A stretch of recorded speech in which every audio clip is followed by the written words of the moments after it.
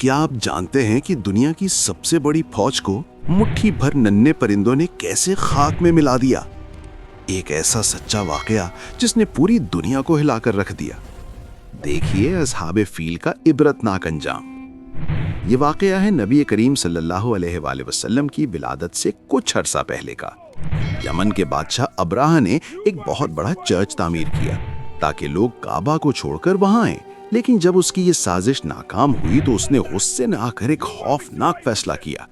उसने 60,000 का लश्कर तैयार किया जिसकी क़यादत महमूद नामी एक बहुत बड़ा और ताकतवर हाथी कर रहा था।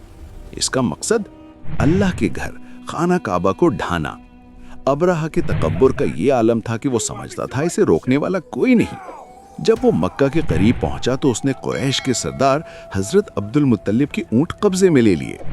जब हजरत अब्दुल मुत्तलिब उसके पास गए तो अब्राहा ने सोचा वो काबा को बचाने की भीख मांगेंगे, लेकिन उन्होंने कहा मुझे मेरे ऊंट दे दो, इस घर का मालिक खुद इसकी हिफाजत करेगा। जैसे ही अब्राहा का लश्कर मक्का की हदूद में दाखिल होने लगा, एक मौजज़ा हुआ। वो हाथी जो पहाड़ों को रौंद सकता था, काबा की तरफ कदम बढ़ाने से इनकारी हो गया।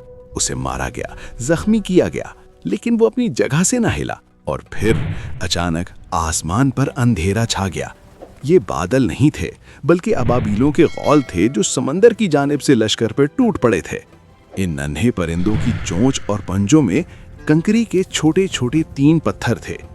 बज़ाहिर ये मामूली कंकरियां थीं, लेकिन कुदरत ने इनमें वो ताकत भर दी थी कि जिस सिपाही या हाथी पर ये गिरती उसे चीरती हुई जमीन में धंस जाती।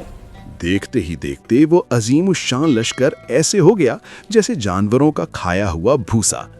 अब्राहा का जिस्म गलने लगा और वो निहायत जिल्लत की हालत में मरा। अल्लाह ने दिखा दिया कि जब वो अपने घर की हिफाजत पर आता है तो बड़ी से बड़ी ताकत को एक छोटे से परिंदे के जरिए इबरत का निशान बना देता है।